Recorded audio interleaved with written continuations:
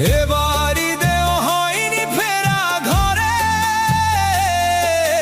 প্রিয়জন ছাড়া ঈদ কাটে মোর একলা অচিনপুরে। নিঃসঙ্গতা কুরে কুরে খাই তবুও মুখে হাসি, আমি যে প্রবাসী, আমি যে প্রবাসী। সবাই ভাবে